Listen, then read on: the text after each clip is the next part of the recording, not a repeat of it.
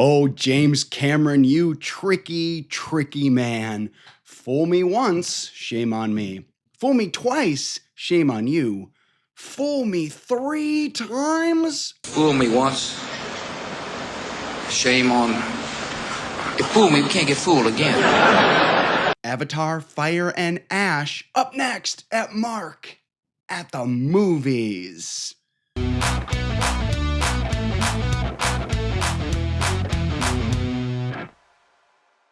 So I had the opportunity to see Avatar, Fire, and Ash yesterday, and I'll tell you, this Avatar series, this is the third film, so it is a trilogy of films. And you think about the most popular trilogy films of all time. Back to the Future, Raiders of the Lost Ark, Star Wars, even more recently, the Guardians of the Galaxy films, and they all have recognizable characters. Darth Vader, Marty McFly, Indiana Jones, even Star-Lord type of a thing. And who even thinks or references Jake Sully? And that's partly because a big part is because James Cameron films are not, these Avatar films are not about the characters. They're about the incredible graphics, the incredible sound. There was a release the other day that Cameron sent all the movie houses and all the movie projectionists the exact criteria on how to present this film. He's a master craftsman, much like George Lucas was back in the day with the Star Wars films and what that means for movies. And Avatar, Fire and Ash might be the most beautiful film to watch of all time. It's gorgeous. It's gorgeous, especially the water.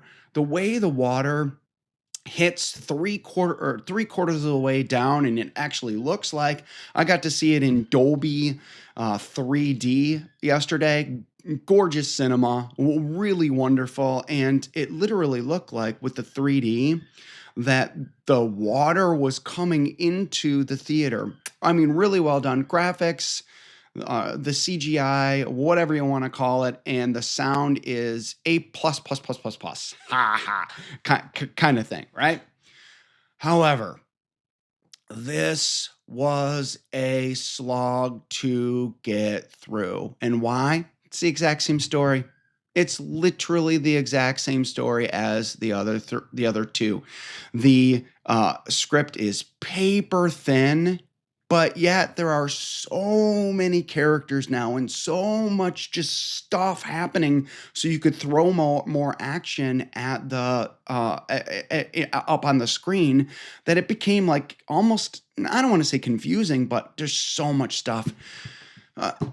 James, do me a solid, man. When this movie makes $2 billion, which it inevitably is going to make $2 billion, and you're going to make three more of these, can you have mercy on our souls and not make these movies 3 hours and 10 minutes long? Can we get a 2-hour Avatar film, please? Just a 2-hour Avatar film. You could tell the exact same story, cut a little bit of this stuff out. It's going to be the same thing. We're not coming from this for the story. We're not coming to cheer on the characters. We're coming because the visuals are so incredible.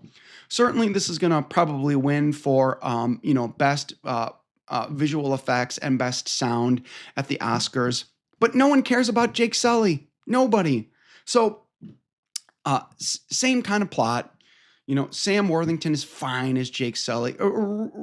Really, the problem with this movie is the first quarter of the film is all about grief and about Jake and Neytiri, and their children processing the grief of the death of their son in the last film. And that's a tough slog to get through. In this film, Zoe Saldana is, she's tough to watch.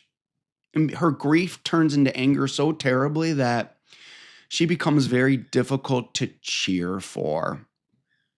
That's just the reality of the piece. She was the emotional heart of the first two pieces. So really the heart of the film really becomes Jake Champion, the Miles character, the monkey character, and he is excellent in this. Jack Champion as one of the only live action characters in the piece. He's very, very good in this, but it's fine. So, with that being said, there are so many characters in this and so many, we'll call it side quests, but James Cameron, in a lot of way, telegraphs so much of this stuff that you know where it's going to go. Oh, they're going on this side quest. Oh, this is happening. Oh, so this is all going to come together and they're going to win the day.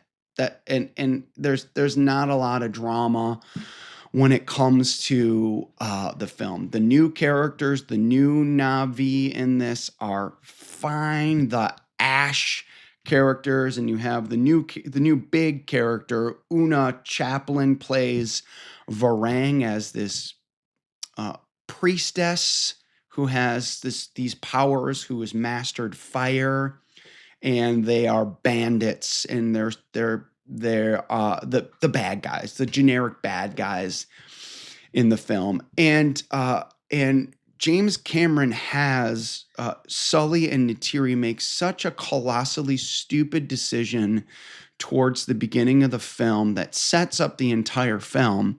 It just makes it really hard to follow, because you're like, oh, well, that's not gonna go really well, and it doesn't go really well.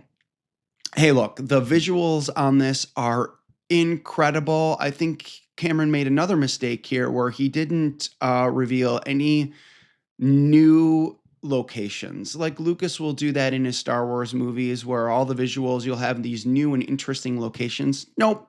They're still in the water location. There's still the military base. There's a bitty piece in the 3-hour section where you go to this ashen area that's fine, but part of this is about seeing new locations. They did that in the second one with all the water pieces. Nothing new here, no real new animals per se, nothing new as far as locations. So you got 3 hours of seeing the same incredible stuff. It's kind of like watching a video game. Like you get the new Madden, and the Madden graphics are certainly better, but you're still playing football. It's the same thing. So unless you're a crazy football fan, it's fine. So with those things being said, this movie was very good, or good, maybe good. Not worth 3 hours and 11 minutes. Certainly, the script is paper thin. The visuals are off the chain. The sound is incredible. Some of the water, in particular, the water scenes, are just better than anything I've ever seen in my lifetime, for sure. But you don't care about the characters, and you know that everything is going to end up, well, just fine. So I'm going to give this a solid 3 stars for the visuals. Definitely see this if you're going to go see this in the theater, see it in the biggest IMAX Dolby screen that you possibly can. It is a stunning visual feast and a paper thin script. Well, what about you? Do you like the Avatar films? Do you like going to see these films in the movies? I mean, this is what this channel is about. Let's talk about how incredible this movie looks. And am I wrong? Are the Avatar characters better than you think? Let's talk about movies at Mark at the Movies.